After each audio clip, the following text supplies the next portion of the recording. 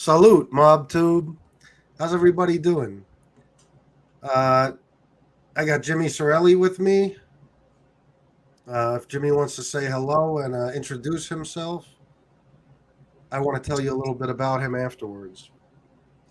Hi, how's everybody doing? I'm alone tonight. My sister has internet problems. She's down in Florida. It's a bad storm, so I'm going it alone.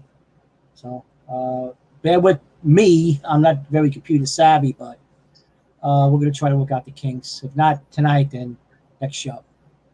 Yeah, Raymond DeRucci, understandable question. Let me answer what's been going on. Is everybody, first of all, can everybody hear us both? I hope, because we had some issues. What's happening basically is, first of all, obviously we're missing a whole Sorelli. Marie is in the middle of nowhere and she has no. They said there's a bit of an echo, but is it too bad, guys, or is it tolerable? Um, Marie is in the middle of nowhere. She has no internet signal, so she wasn't able to make it on. And then what also happened was me and okay, Apex Predator, thank you. Me and Jimmy were going back and forth with a couple of pictures and videos, trying to figure out how to get the video to me, and for me, how to get the video up on the screen. Because Jimmy is like me; we know nothing about any of this. I'm learning as I go, and I'm sure Jimmy is as well. So I want to. I'll tell you what I'll do. If you want to remind us, Jimmy, to start us off, because I got a lot of new subscribers since you've been on. Sure.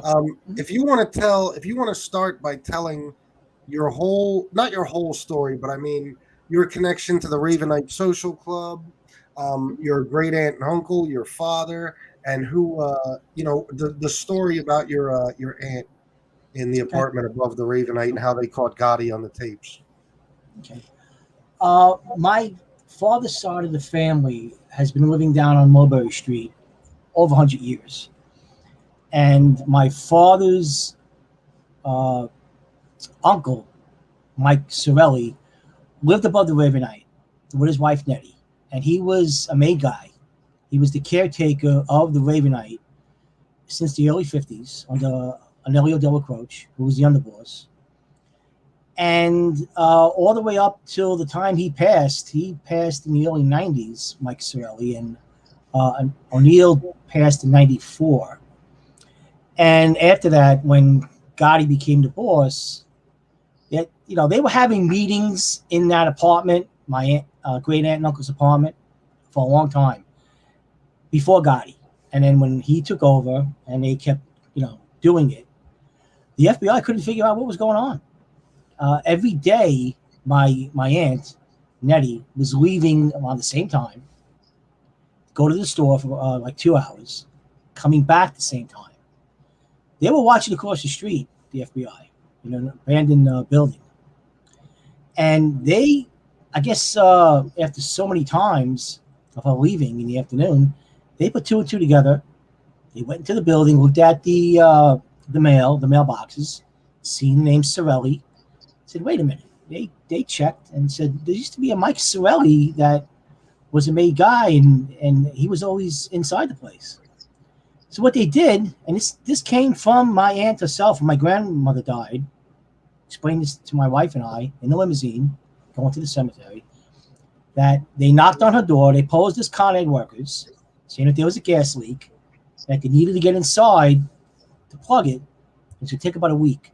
So this is, we could send you anywhere you want to go, vacation.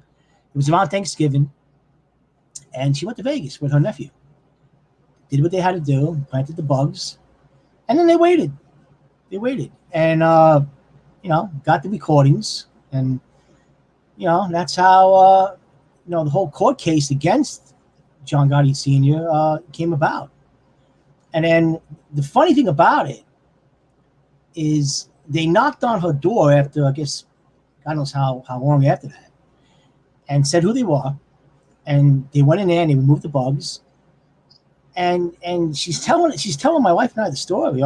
She was my wife at the time, and I'm like, it's unbelievable. How could they just, they're the government. They can get away with whatever they want. Yeah. But now you see all these A&E documentaries and things on the Discovery Channel, this and that, and the story is nowhere near. I mean, this came from the woman herself, and she was in her late 80s, early 80s when she was telling us this. She died in, she was 91 years old when she passed, so it was in the 2000s when she passed. And I'm like, where is this all coming from? You know, I remember, Chris, you and I spoke, and you told me some of the documentaries, what they were saying the reason was. But this is how, this is the truth.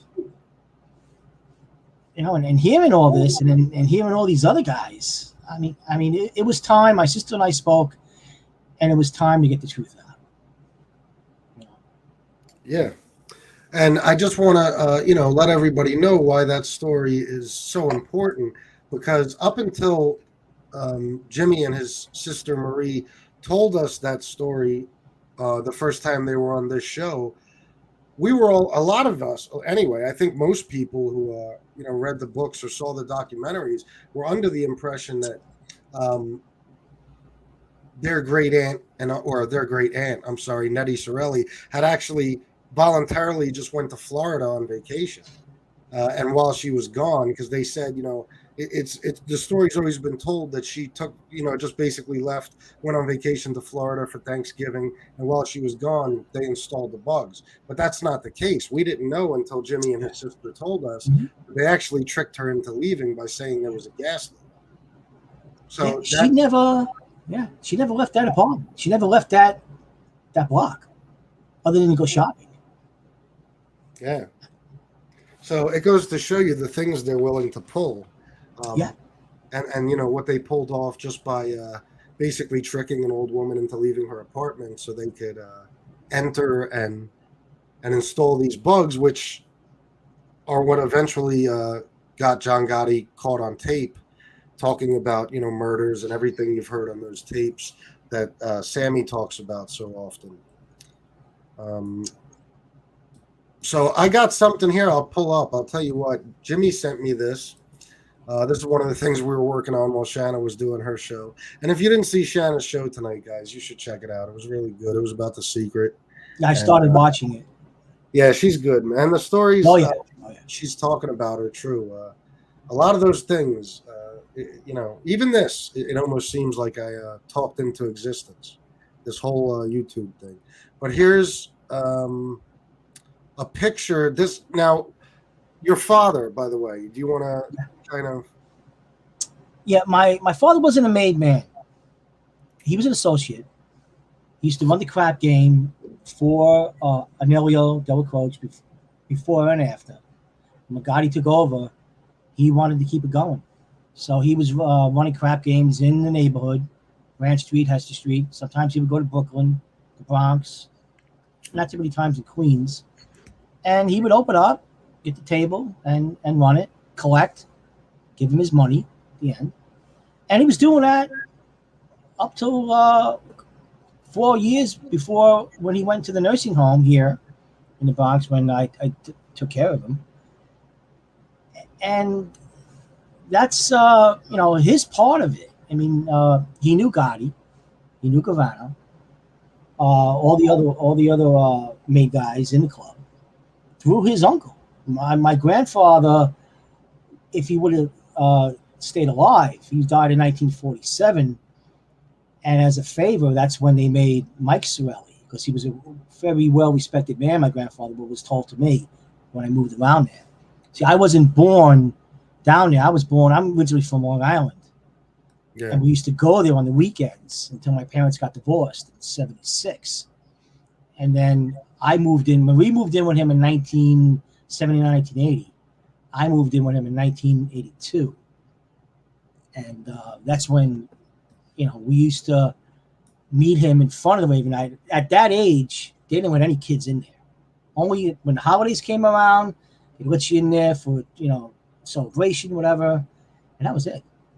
I used to meet him out in front.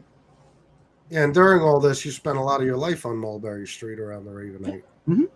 Yeah, and like I said, some of you guys have already seen some of this stuff. There's a couple of new things, but I'm going to go over some stuff I've already shown, just so people get the idea of what went on. Anybody who's new to my channel or not familiar with the story, and I'll show you some pictures of Jimmy's father. Let's see.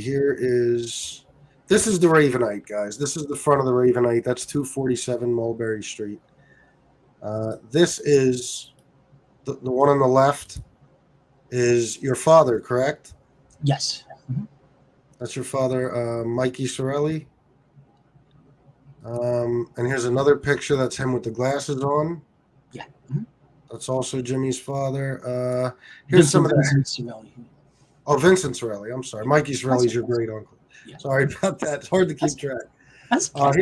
Here's some of the newspaper headlines about the bugs that were placed in Nettie Cirelli's apartment.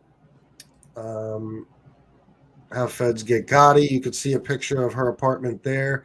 And then the bottom picture is a picture of the inside of the Ravenite. Here is another one, the front page, the Don's downfall, and that is a picture of Nettie Cirelli's apartment. And where it says how feds bugged widow's apartment to get goods on Gotti, that story is false, as we just went over.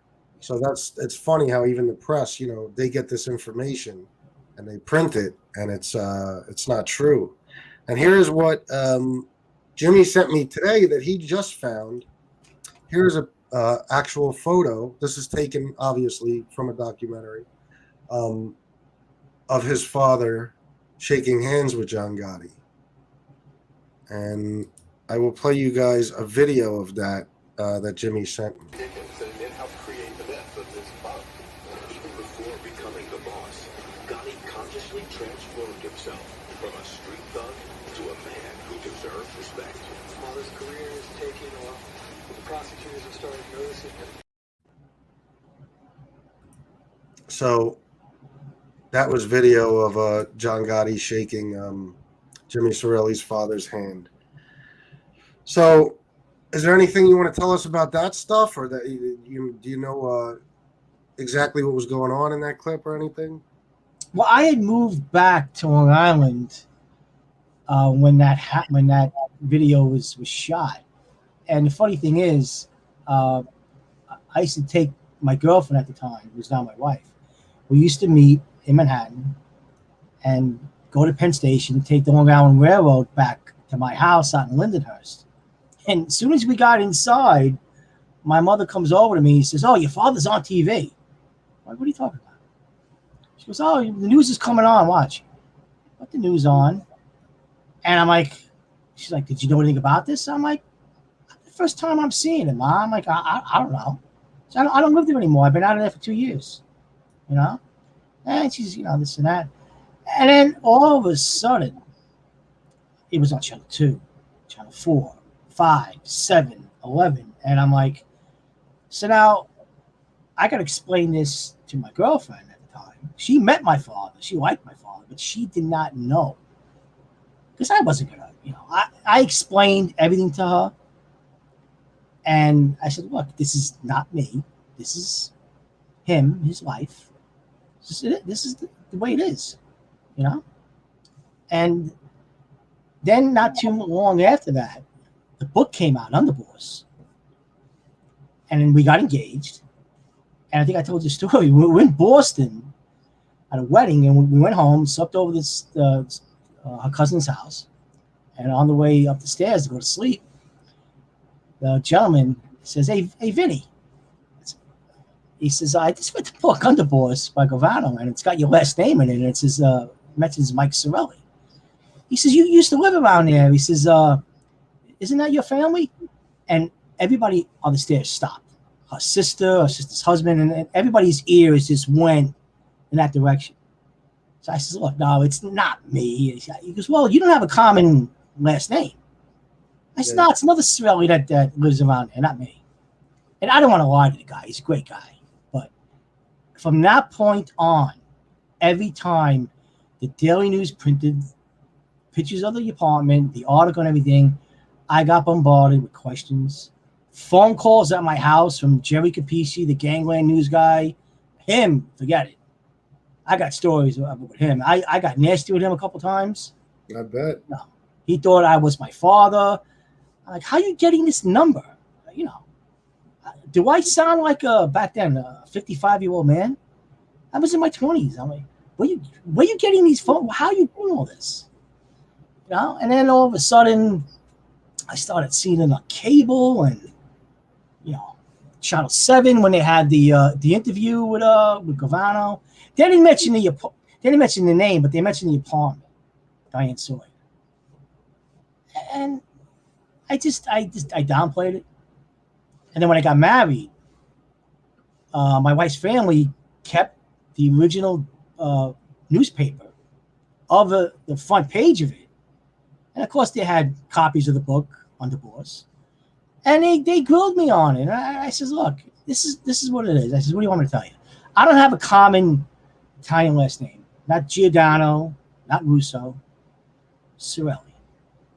You know, and if it was those names, I could have gotten, you know, away with it and saying it's not me, it's another. But I says, oh look, you know, let me just explain it. I'm not involved. I know a lot of those people, but back then I didn't know who they were. I never knew the Ravenite was named the Ravenite after I moved out and moved back in with my mother. I called it Uncle Mikey's place. Because that's what my father said. Meet me at Uncle Mikey's. Yeah. And that's all I knew. I mean, he used to tell me, you know, don't ask questions. That's all. Yeah. So, and you know, as you told us before, you've had some experiences there, right? I believe you saw Sammy the Bull once. Mm-hmm. I don't know if you know, but this is Angel Gotti in the room. I don't know if you can see her comment. Yeah, I miss him, yeah. Yeah, her father, yeah, obviously. It's got to be tough for her to see these things. Imagine every time you turn on a documentary or listen to one of these channels, people are talking about your father. Gunsmoke the Don says that apartment was Gotti's doom. That apartment should have been swept for bugs every morning. Yeah, probably. But again, it was hard to get into. She never left that apartment other than go shopping. Once a day and came back. I mean, she couldn't make the stairs. I mean, she was. I hardly had that many conversations with her. She was a sweet old woman, tiny. She used to work at Macy's in customer service on 34th Street for a long time. You know, she was. I know she was dead for like 2-3 days. Back in the early 2000s, my uncle went up there and checked on her, and he found her dead. You know, it's a shame how she died. Yeah, it's sad, and you know, I don't know. I think about what Gunsmoke is saying, and it's really true because, you know, like you said, she never left that apartment. So if they didn't pull, you know, that little trick on her and tell her there's a gas leak and she has to leave, who knows what could have happened? That's really. That was the downfall of John Gotti right there. If you know if they would have known better, or if you know your great aunt wasn't basically fooled into leaving the apartment, they may have never gotten those tapes. And you know, I'm sure the way they went after John Gotti, eventually they would have gotten him, but. It's really the apartment that did it. The reason John Gotti was arrested when he was and went on trial when he did, and the reason Sammy the Bull flipped is all because of the tapes that were made in your great aunt's apartment. Yeah. So that's what I tell people when they ask who are the Cirellis. I explain, you know, that it's a huge part of mob history. Your aunt's apartment above the Ravenite. And the thing is, when they first printed the article, Chris, they used my grandmother's name, Lena Cirelli, and my father's brother, and I believe his sister blew a fit, and they called the Daily News, and they were going to threaten with a lawsuit, and they printed a retraction, I think, the very next day, but it was very small. Yeah. Seen it. It says, no, not Lena Cirelli, correction, Nettie Cirelli. And that's the first time I got a phone call from Miss Jerry Capici was out and around, and he called me, and I'm like, who is this guy? You know, I walk in the door, and my mother's like, this guy Jerry Capici's on the phone. Who's Jerry Capici? And then I spoke to him. I got nasty with him. I hung up the phone. The mistake I made is I gave him my father's number, and he called my father. About 3-4 hours later, my father called, blowing a fit. Yeah. So he says they put my mother's name. He says, you know, why am I going over this with you? This is none of your business. You don't live here anymore. Stuff like that, and I just left it alone. You know, he says, "Oh, if you want to know more about it," he says, you'll read about it later on. But right now, we're taking care of it. I said, fine. Yeah, it's funny that, you know, Jerry Capici, and I'm sure plenty of other people, you know, tried to get a hold of you all those times. But it's, you know, it's funny to me that they haven't now. You know, now that they've heard the actual story, it almost makes you wonder, you know, how willing they are to just go along with the government's line of bullshit. Rather than why wouldn't somebody have printed this story, the true story, by now? Yeah. Mm-hmm. It's unbelievable to me. I don't know, but if I were you, I'd try to get in touch with some people because I think that story needs to be out there. Yeah, my sister and I, like when we spoke, we're considering putting it out there, getting a book together and this and that. Because enough already. I mean, everybody passed on, and now I'm seeing like we spoke about this. I don't even want to mention his name. You know what I'm talking about. Yeah. And this other guy, and this meatball, this guy Raimondi, is that his name? Yeah. Chris, when I was down in Florida, I was cracking up. It was late at night. I put on YouTube and I seen. He looks like Bluto from Popeye. Yeah, I know. And I'm like, he's talking about Lansky. He's talking about this. I'm talking, where's this man? What sanitarium let this man out? Where is he getting these stories from? I'd never heard of him. And So I asked others, like, you heard of this man? So that makes you just one more person who never heard of Anthony Raimondi. I wish I could have called that day and got on. And I would have said what I had to say. I would have been a gentleman about it, but I would have said, guy, you're 10 shades short of a stack of cards. There's something not right with you. Where are you getting this from? And some of these other documentaries I've been seeing. Yeah, we've been trying to figure it out. You know, from what we can tell, you know, he just makes the stuff up as he goes along. You ground that guy up, put some breadcrumbs and some parsley, you can make a giant meatball. That's what he reminds me of. And did you see with a mustache? Yeah, did you see he was basically a carnival worker in Coney Island? Yeah, I heard what you were saying. Yeah. And I'm looking at that cigar. I'm like, are you gonna ever like this thing, or are you just gonna use it just to make believe you're somebody big? It's part of the image, I guess. And that 1980s sweatsuit he was wearing, what he pulled out of a box. I haven't seen that since the 80s. Where's the members only jackets next? And the Capizio shoes and the Shams de Baron. That's going to be next. I'm enjoying this, Jimmy. I'm just going to let you roast Raimondi for a while. I'm like, I was hysterical. You when you called him out, I'm like, Chris, if I would have been able to call you that day, you would have been hearing me laughing hysterically. I'm like, where? And then he went on some other show, from what I understand, Vlad TV or Patrick Bet David, something like that.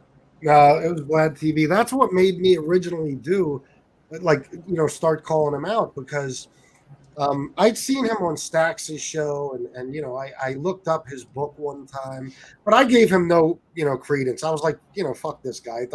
Who cares? Nobody ever heard of him. He's not hurting anybody.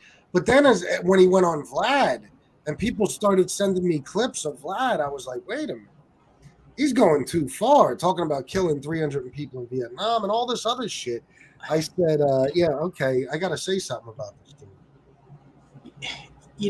I take that personal because my younger brother, Michael, who's named after my father's uncle, served in Afghanistan, was on a guard post with his another soldier. rocket propelled grenade by a 19-year-old Taliban fighter, hit it, blew him off it, shrapnel in his chest.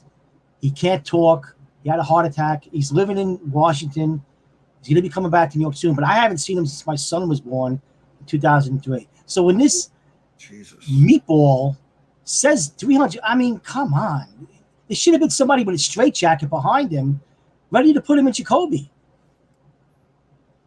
I just don't understand, you know. And then, from what I understand, this Vlad pays these guys. Yeah.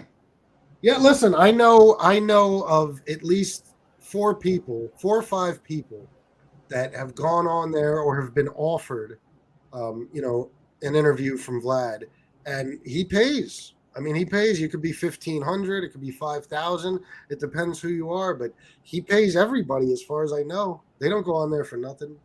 I mean, some of them, he has ex-gang members and certain small-time rappers, stuff like that might go on for exposure. But he pays these guys. Anybody with an Italian last name and a mob story, or in A-Light's case, just a mob story, a fabricated one. Yeah. Mr. Med, as they call him, with the baseball bats. Yeah. I would do that guy's show, Flag, for free. Yeah. I'll tell him the truth. I have nothing to hide. I have nothing to gain. It's just, I grew up. We used to go there on the weekends to my grandmother's house, go see my father's uncle, go in there and have an 8 cream or soda, and then everybody would give me $5, $10, this and that. We go back to Long Island. That was it. To me, it was just a normal way of life. It was just guys that my father grew up with and stood with later on. Yeah. 300 people? Where you getting this from?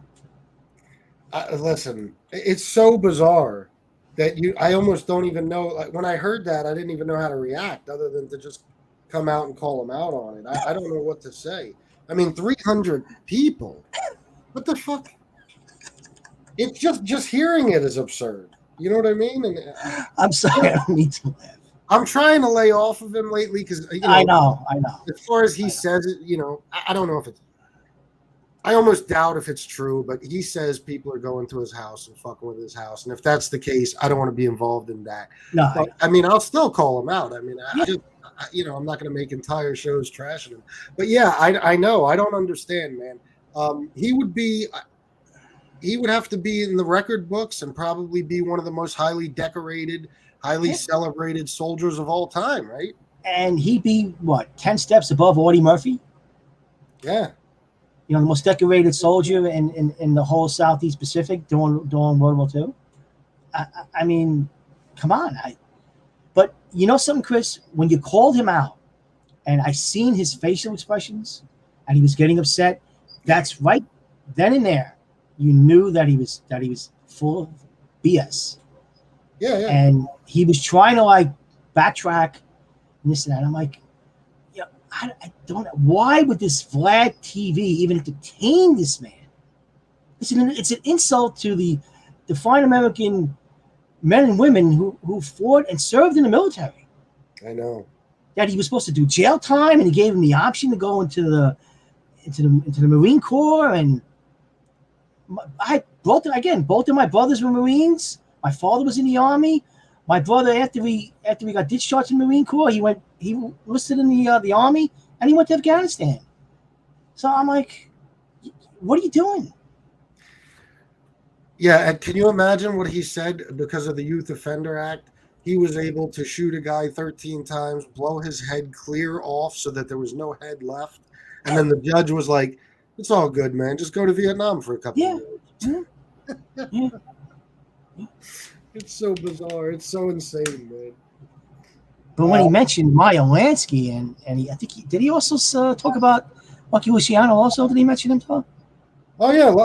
They were all Meyer Lansky, Lucky Luciano, Carlo Gambino, Neil Delacroce, Galante, Carmine Galante. They were all at his birth, I believe. Yeah. Oh, I see. Because, they were all his uncles, and they were all at his birth. And they shared a rum cake back then, and he used to put the hats on for his birthday and all that. Yeah, of course. Yeah. And And then when he was blow out the candles. when he was a teenager and he blew this guy's head clear off, Joe Colombo himself drove him to the courthouse. That's the first time hearing it. Yeah.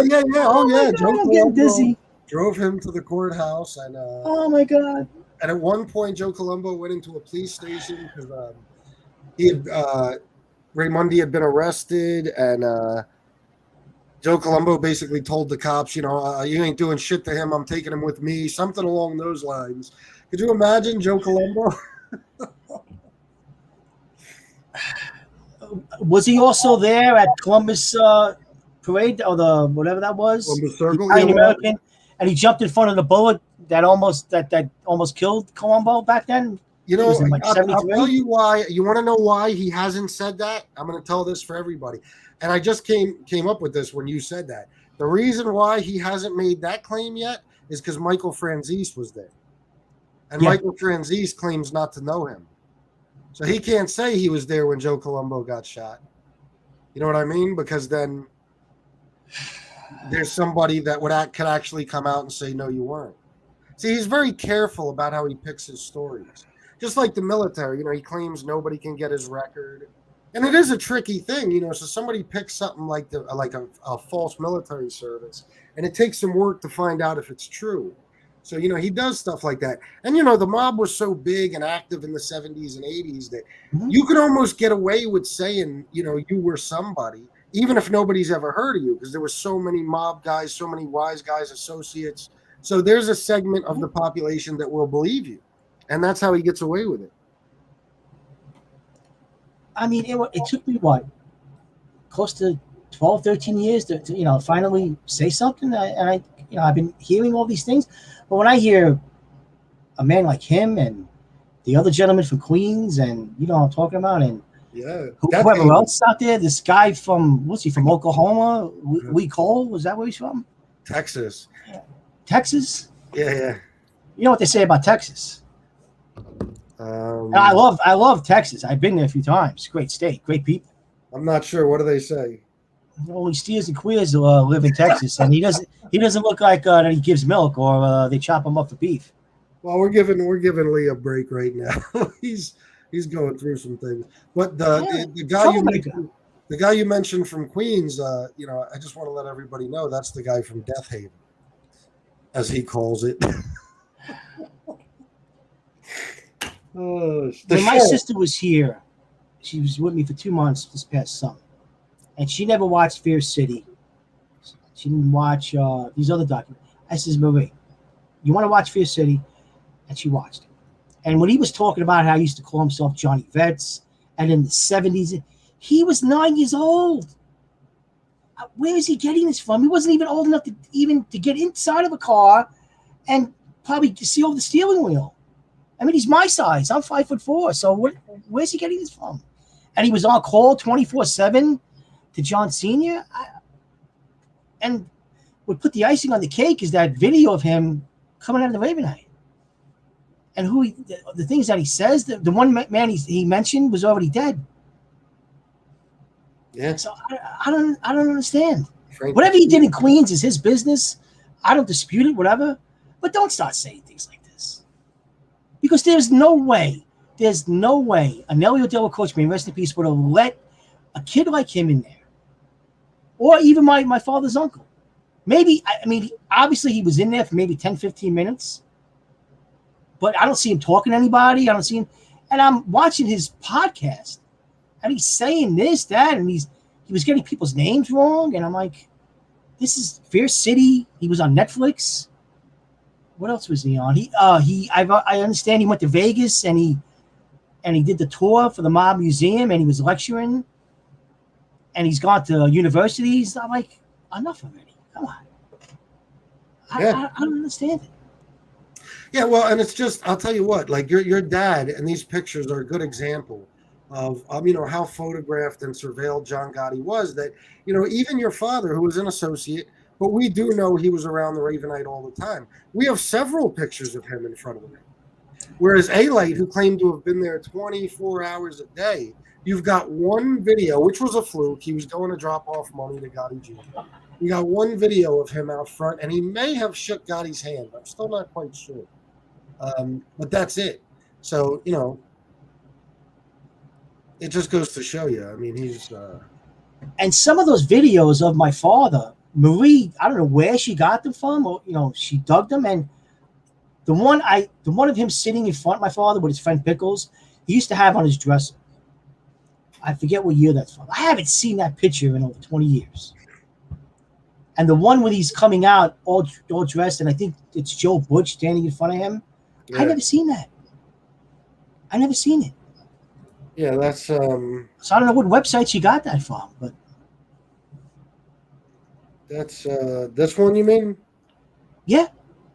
Yeah. Now, if he is what he says he was, A-Light, how come he's not in that picture? It was around the same time. I know. Well, how come he's not in any pictures? There's not a single one in the whole world that he's in. Not one. I want to answer this real quick. Nicosia Connection, say what y'all want. I watch both FBS and Lee. Lee put out a banger today. Listen, I agree. I didn't get to watch it. I had a crazy day I'm going to tell you guys about. I was up bright and early this morning. I was in Philly. I was in Jersey, Hackensack. I didn't get home until like 3 or 4 o'clock, and then I fell asleep for a couple of hours. But I got to see a little bit of Lee's show, and yes, I agree. I think Lee should stick to stuff like that because it was excellent from what I saw. All right, so yeah, Jimmy. I mean, we go over it a lot, the A-Light thing, and like I said, I'm sure a lot of people were disappointed, probably including you, with all this other stuff we got distracted with. A-Light's been off the hook for a few weeks now. Yeah, I haven't heard any. It's been quiet on his end. Yeah, I'm definitely gonna turn up the heat on A-Light, but yeah, it's good to have somebody like you on here too who says the same things. Your sister has said, I think she's 1 year younger or older than A-Light. Something like that. Yeah. Yeah, and she never heard No.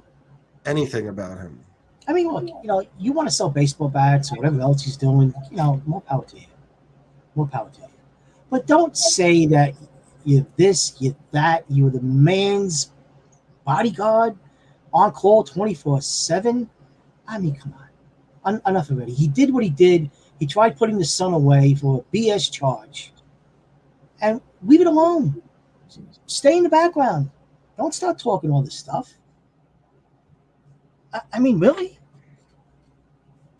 I can turn around and say this, that, and for what? I'm lying to myself, and I'm lying to people who know the truth. For what? Yeah, little did you know that you could make up a bullshit story, Jimmy, and you could be on Vlad TV tomorrow. You could have a book deal, documentaries. You could be in Fear City Part 2.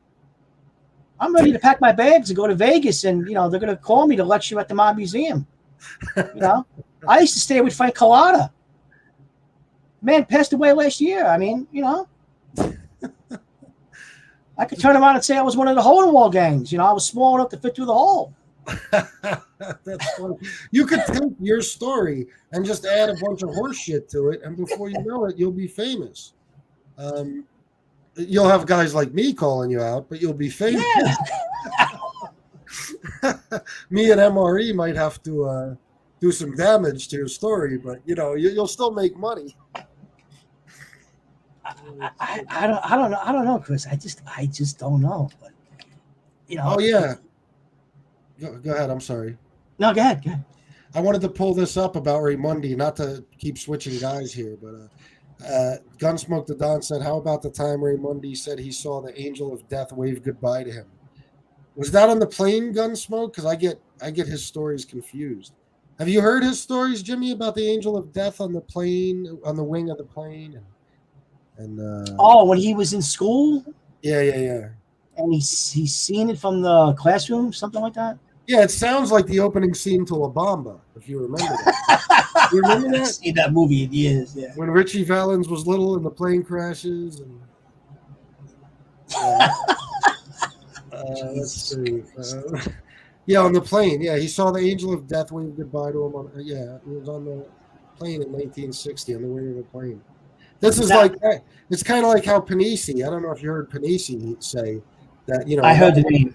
Another bullshitter say about how, basically he became a rat because, his grandparents told him to from their graves, and his house shook for 8 hours because they were trying to send him a message to become an informant. You know, getting on that house stuff. My grandfather's best friend was a man called Pete DeFea. Yeah. The nephew was Ronald DeFea from the Amityville Horror. Oh, yeah. We were living out in Long Island when that happened. My father, like a day or two later, got the phone call because he bolted to Brooklyn when that happened. My father went to the house. They couldn't get near it. They had it all blocked off, this and that. And then when I seen, I think it was a year or two ago, of him being interviewed and the story that he told, he was on LSD. He was on LSD, and he went to a trip and he killed his family. But this now, it made all these movies. And I passed the house when I was living out there with my friends. It's a scary looking house. Don't get me wrong. Yeah. But all that, the flies and this and that, and I don't know. I think that's all where this started from. These guys were probably Ronald DeFea fans, this Raimondi and this, and they said, "Oh, hey, look, he made money, but he's away. I'm out on the street. You know, I can get away with it." And from what I understand, he's got a cigar store in Queens or Brooklyn. This Raimondi. That's what they say, yeah. And somebody sent me information on it. He claims he doesn't. But I have information of him currently owning a cigar store in Bay Parkway, yeah. Bay Parkway. Yeah. I haven't smoked cigars in years, but Chris, when we meet in New York, I will drive you there. I will buy the most expensive cigar that guy has in his shop just to see the look on his face when both of us, especially you, walk in the store. Could you imagine how funny it would be? I want to see what that suit looks like real, because I haven't seen it since, again, 1987, 1988. I don't even know. He probably had it in a box someplace. Surprised it still fits him. Yeah, I know. Well, I there's a picture of him here. I'll show you. And this will give you an idea that he's not, he didn't just become that big recently. He's been a big fella for a long. Can you see that, Jimmy? No, I can't. Oh, you can't see the picture? No, it's the box here is the front. I just explain him. Oh, it's just a picture of Raimondi from back in the day. And what does he look like? Huge. He's got a giant fucking head. It's like the size of a watermelon, like Stewie Griffin.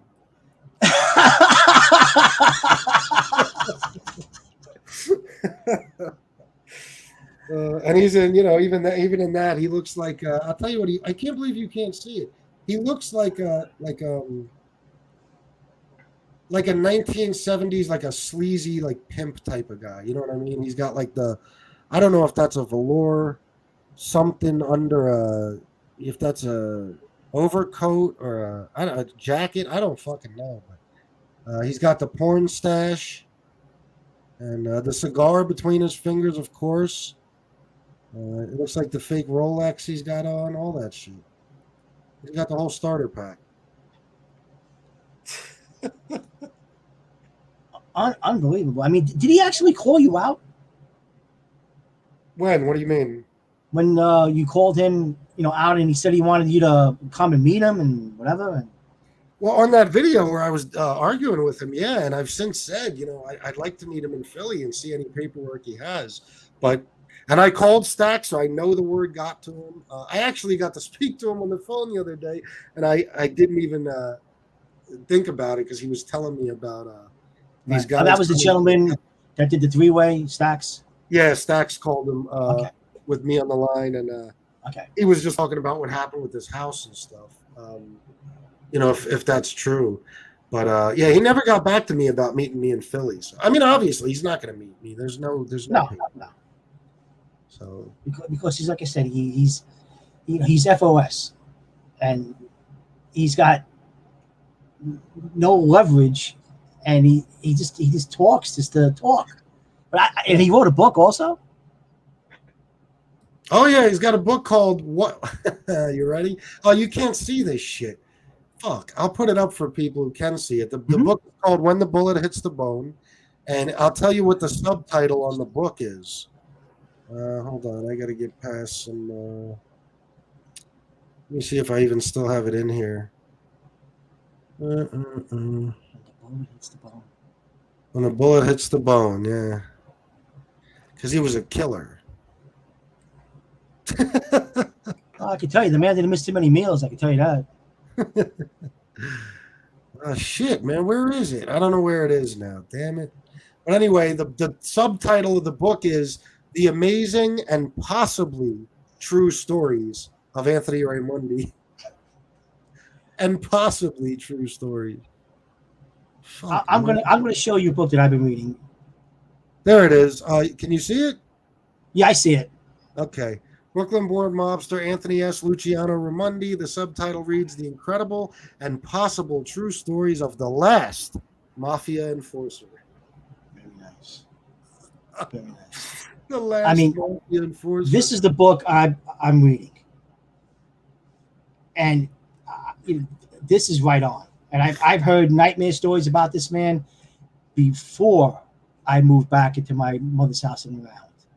Just the name Tommy Karate. There's people always talking about it. Reading this book, you know that it's right on. Yeah. But I'm not going to waste what does that book go for? Like $25 on Amazon, Probably. I don't know. and he gets a nice chunk of change out of it. I guess so. Jamie, listen. I see you now, bro. I don't know. I'd have to go through all the comments. What were you trying to ask or whatever it is? Just type it. What the fuck happened, Jimmy? Uh-oh. We got an issue, guys. It'll only take a second. Chris, I lost you. Yeah, you hear me now? I'll call you back. Yeah, I don't know what happened. Yeah, I'll ask him about Panisi too. He probably would have said something, but husband is Georgie.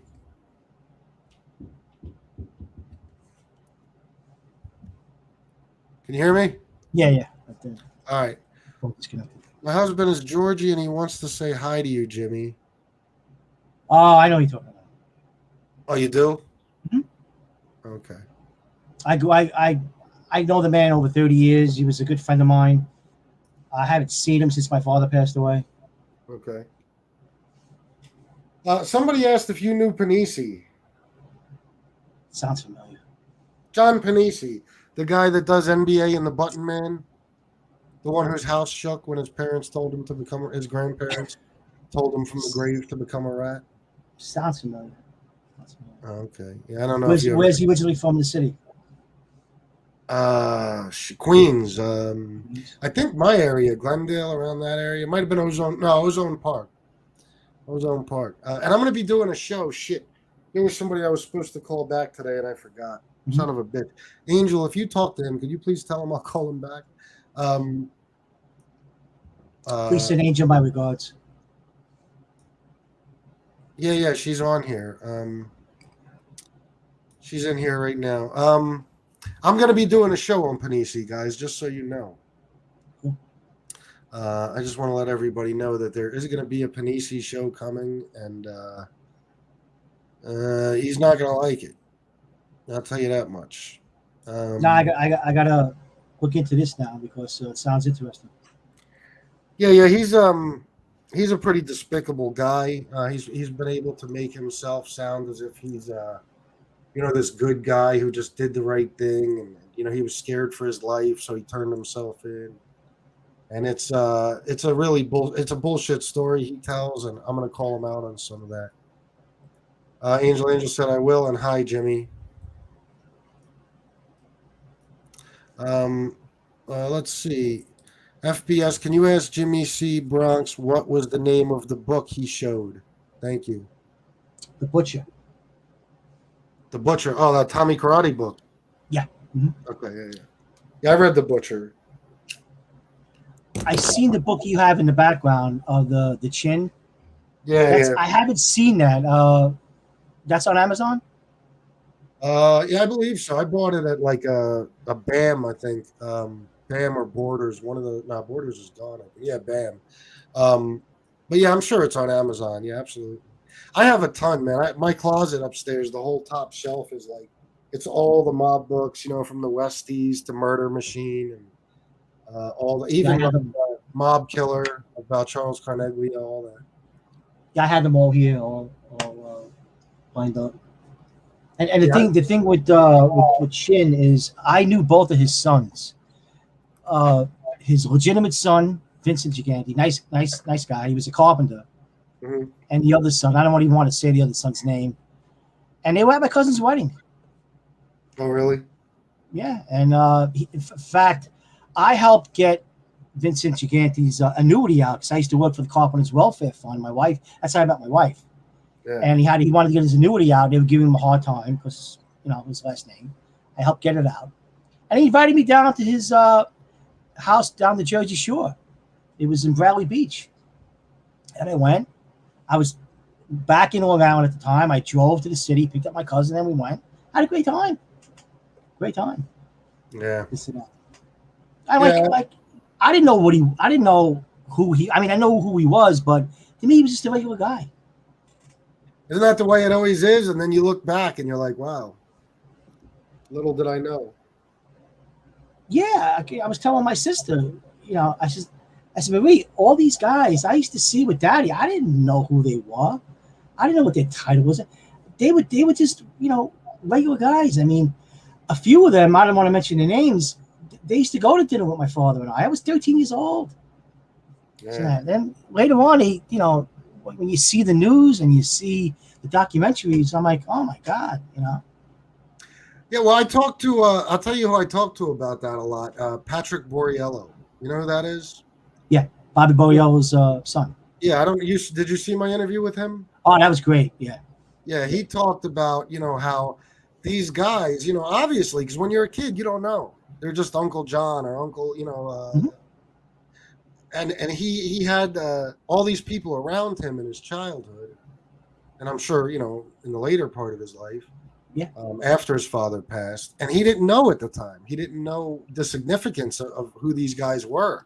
Yeah. But even for him, it's funny to look back on it and realize, the kind of people he was around. He didn't realize it. And to him, it was just a normal upbringing. Yeah, yeah, that's always how it is. Everybody I talk to that grew up like that, that's how it is. What does that say, Jamie? I got plenty of stories for you, FBS, if you want to talk. Yeah, definitely, man. Email me, fatbalditalian@gmail. You guys got some questions for Jimmy before we go? Any questions you guys got? I'll try to keep up with you.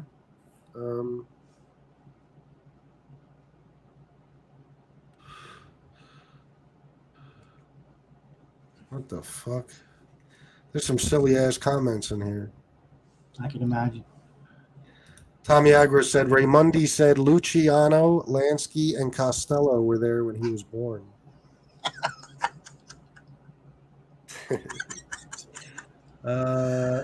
Jimmy, Nicosia Connection wants to know who has the best cannolis. We were there last week, or 2 weeks ago. Cafe Palermo. That's Baby John's place. Where's that at? That's on Mulberry and Hester. Oh, okay. Expensive, but great. Sean's asking about Vinny. Oh, yeah, we might go. We might actually go for the feast in a few days for San Gennaro. Okay. I'm not sure. I hated it when I was living around here. But... Yeah, well, yeah. It's nice to visit, but you know anything about Vinny Gorgeous? I used to umpire at my son's little league over here in Throgs Neck, and two of the sons played for the president who hired me to be an umpire. And the father owned a whole strip on Tremont Avenue, Subway, Hella Gorgeous, it was a beauty salon and a bunch of other places. And their house it's gorgeous. The house is like a mansion. Yeah. But he's a legend here in the Bronx. In fact, I read his book. One of his books I have is over here. Yeah, that might be one that I didn't read. What book is that? Let me get it over here. I think it says Vinny Gorgeous on it. Oh, okay. Yeah, I don't. That one I didn't read. I got to get that. I collect these books, and you know what? The only time I'm good with reading books is in jail. In jail, I'll go through them, one a day. But at home, when I got my phone in my fucking hand, it ain't easy to get me to read a book. So I just, I do the Audible thing. If it ain't on Audible or YouTube, YouTube has some good books. The audio books are on YouTube. Gangsters and Goodfellas, guys. Henry Hill's, it's like the sequel almost to, Wise Guys. That's actually an excellent book. Think what you want about Henry, but tells you a lot about witness protection and all that. Where did Jimmy go? I'm right here. I'm just getting his book. Right. Here we go. Can you see it? Oh yeah. Now I can. Yeah. Great book. Yeah, I got to look at that one. I got to get that one. You kind of answered this in your the last thing you said, but Styling on Profiling wants to know what part of the Bronx and is he still there? The family's still here. Throg's next section of the Bronx. No, are you still there? Are you still there? Am I still here? Yeah. Yeah. Okay. Flip Steer wants to know, Jimmy, do you prefer living in the Bronx or Little Italy, New York City? Oh, definitely Little Italy. I had some great times there. I was there for close to 10 years. Grew up there, pretty much. Oh, yeah. Got initiated there. Learned how to fight there. Got my butt kicked millions of times. What do you mean you got initiated? Actually, will verify that. What do you mean you got initiated there? I got initiated by 13 Italian kids a year after I moved in there. Because I stood at my father's apartment the first year I was there watching Friday night videos. I was scared to come down, and he told me, "No, you can't stay up the apartment." And I went down there in Spring Street Park. I got jumped on, got my hair pulled, scratched, everything, and they took my clothes off. And I walked back to my father's apartment up Spring Street to Lafayette with my pants, shirt, and sneakers over my shoulder, just in my underwear. Went home. My father came home. He goes, "You got initiated, huh?" I'm like, "Yeah." Next day, I went down. Same thing. 13 Italian kids. And my cousin couldn't do anything. He just sat there he stood there and he's like, I couldn't pull them off you. And that's how I got accepted. Yeah. Interesting. Lexi Johnson, I think, is trying to get people to go watch somebody else's show. Let's see.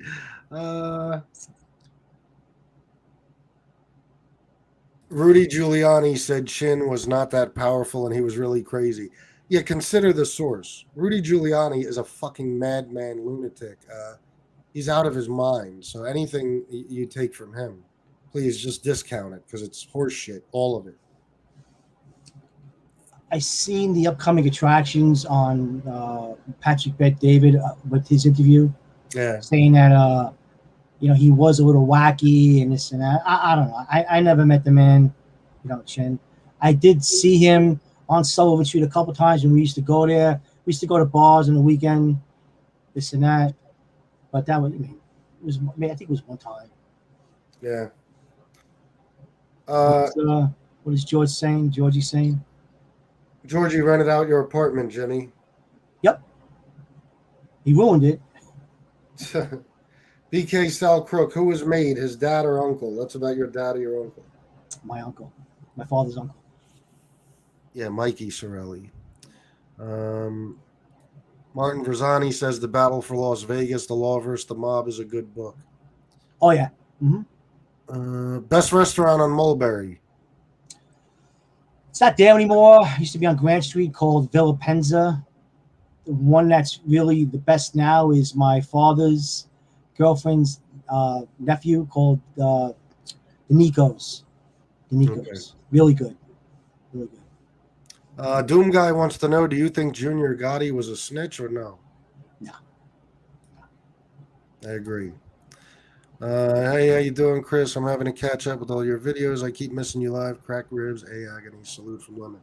Sorry to hear that, man. I hope you feel better. And yeah, do that. Binge watch, please. Thank you. I appreciate it. Todd Father, FBS Raimondi was popping tags before appearing on YouTube.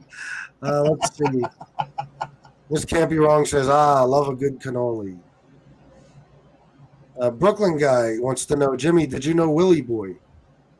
Willie Boy Johnson? Yeah. No.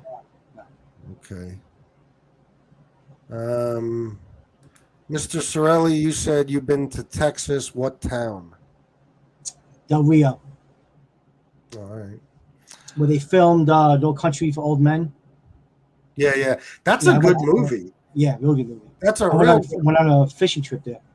Yeah. I watched that a few years back. That's a really good movie.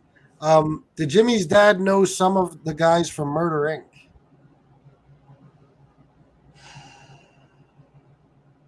He might have. Yeah, he never mentioned it to me. Yeah. Let's see. I mean, my dad was born in 1929, so. Yeah. Oh yeah, then probably. Hi, Jen. Mind someone else's business says don't buy the cannolis at San Gennaro, overpriced like $50 for 4. Oh yeah.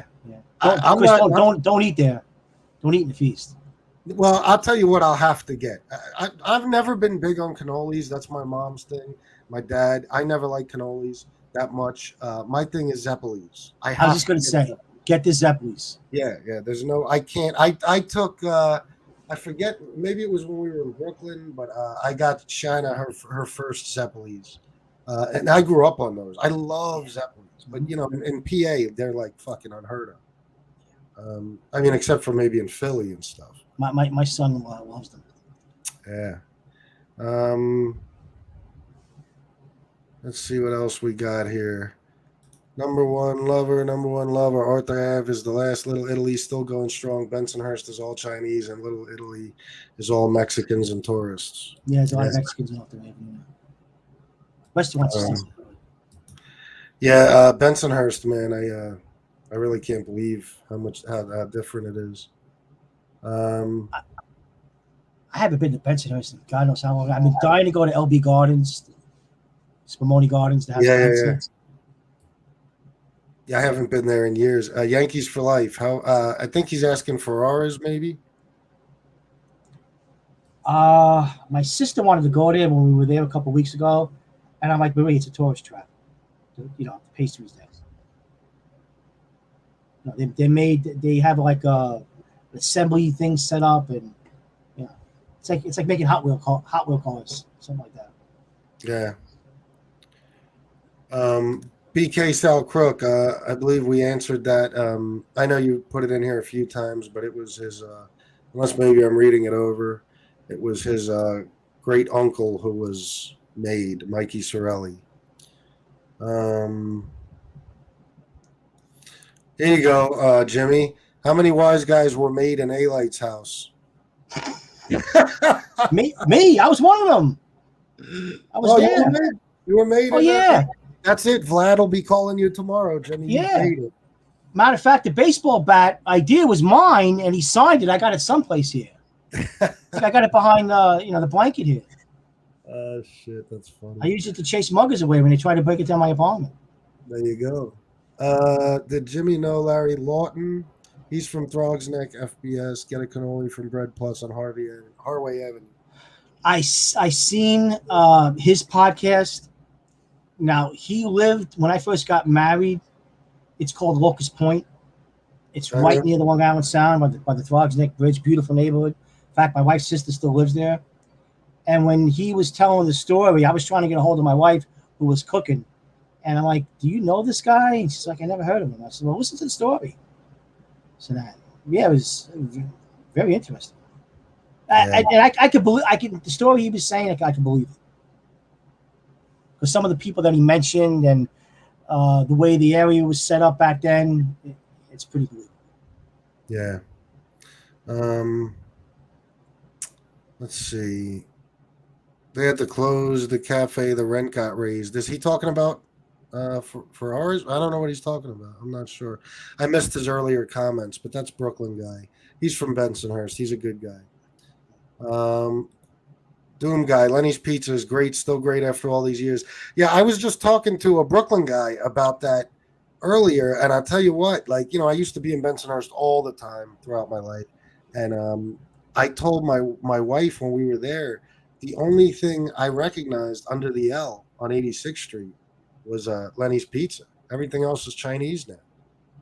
Yeah, they had a thing about Saturday Night Fever. Was it 2 years ago? They went back there and talked about how they were shooting the movie, and they went in there recently and they had pizza and it's pretty much the same. And from what I can see back then and now, it hasn't changed much. I was never there. Yeah.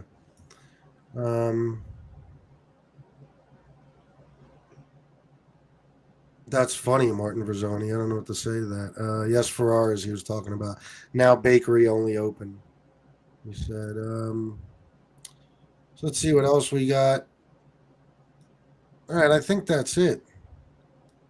So I appreciate you coming on again, Jimmy. Oh yeah.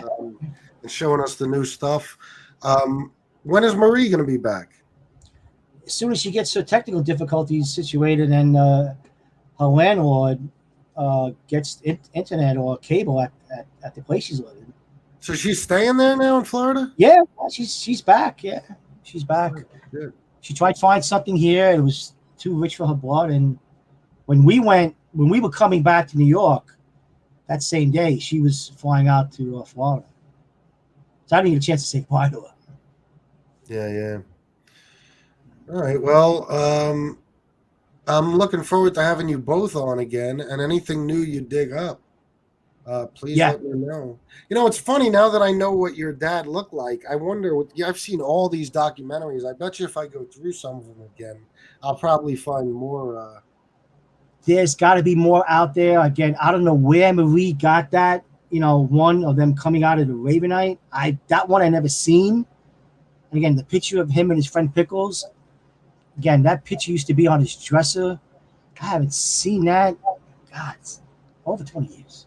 Yeah. So she's good like that.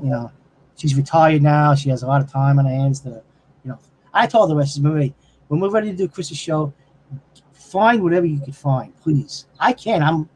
I work retail, Yeah. 8 hours, I'm on my feet all day. Yeah, I hear you. I come home and I either do DoorDash or do Uber Eats, and I'm shot. Yeah. Tommy Agro. I got to answer this real quick, Jimmy. I'm shocked by this. First of all, you're right. It's hands down the best pizza in York. But how the hell do you know that? I'm curious to know how you know that, Tommy Agro. Please drop that in here. He says Marco's on Carlisle Road, best pizza in York. The city I lived in, right outside of the city, there's a place called Marco's. And not too many people know about that small town. I'm curious how Tommy Agro knows about that. Did you read that, or do you know firsthand, Tommy? I'm very curious. I'd like you to email me about that, Tommy Agro. Fatballeditalian@gmail. Maybe we could talk about it. I'm curious. So, all right, Jimmy, I want to thank you again. Thank you, Chris. Yeah, I appreciate you coming on, and you're always welcome. We can do next Monday with Marie if you'd like. Yeah, definitely. Everybody loves having you on. I love having you guys as guests. We always have stuff to bullshit about. It doesn't even have to be, like an interview like it was the first time. And I enjoy that. And I know everybody else does too. I watched you again. Oh, shit.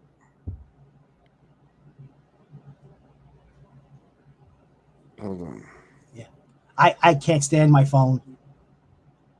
I have an old Android and it's on its last leg. Can you hear me? Yeah, I can hear you. All right. So, yeah, next Monday we could do it, whatever. Yeah. Hopefully we'll get this technical stuff, fixed by then, and find a way to send the video of myself and my sister that we did the tour down on Mulberry Street, and we went over certain things. We stopped in front of certain historical places and we explained what happened, and stuff like that. And I was banned from wearing anything with my name on the back. Mistakenly put my name on the outside of this donut shop, and then my father's brother blew a fit because my father's uncle blew a fit about it. So the stories like that. Yeah. That's interesting stuff too. We'll get into all that next time. So all right, have a good night. You too, Chris. Keep in Please touch. say hi to your wife, Yes, I will, absolutely. me and your family. All the best. If I don't talk to her before you do, say hello to Marie for me. And we'll keep in touch until next time. Yes. All right, have a good night, Jimmy. You too, Chris. Take care. Yep, bye. Bye. All right. Where did Tommy Agro go? So listen, guys,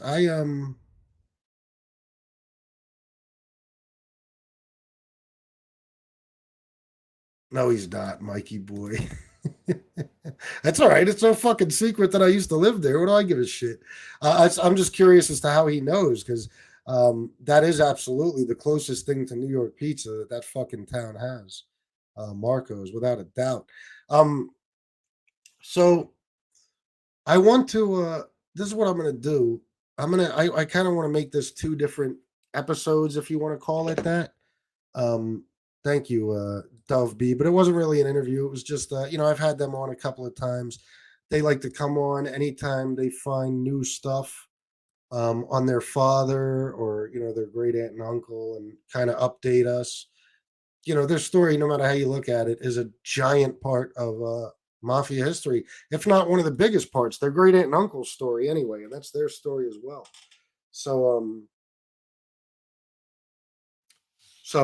they'll be back on, of course. I always planned on them being recurring guests. And the only reason we haven't done the last few Mondays is they got other stuff going on.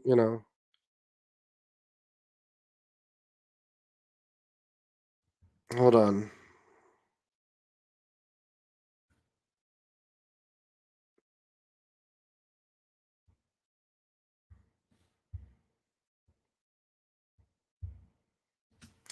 All right. So this is what I want to do, because I wanted to talk to you guys about some other stuff and some shit that I've had going on in my head lately, and oh my god. Am I on fucking Shanna's? No, I'm not. Oh no, I thought I was on Shanna's thing. Why does this say this down here? Why does this say New Beginnings? Is that what I have my name as in here? Son of a bitch. Did I forget to switch it? Oh my god.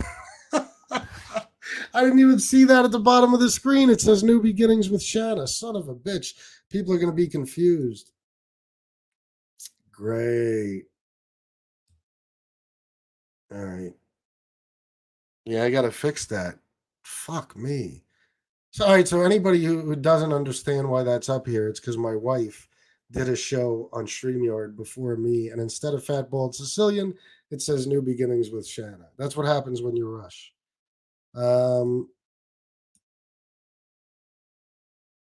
Shanna, where is your hair?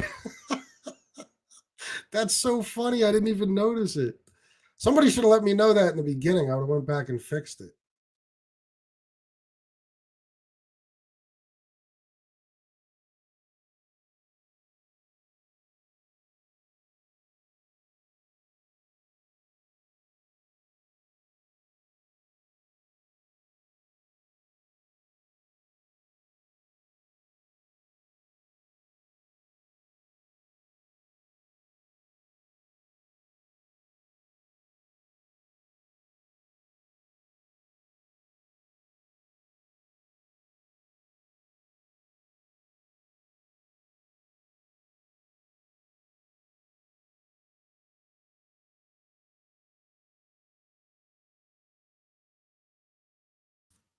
There you go. All better. Sorry about that.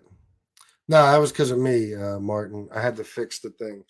So listen, I'm gonna come back on in like 45 minutes because Baldy got whacked because I want to talk to you guys about some shit that's been going on in my head lately, and you know how I was feeling yesterday, and some other stuff. Shanna, put your wig on.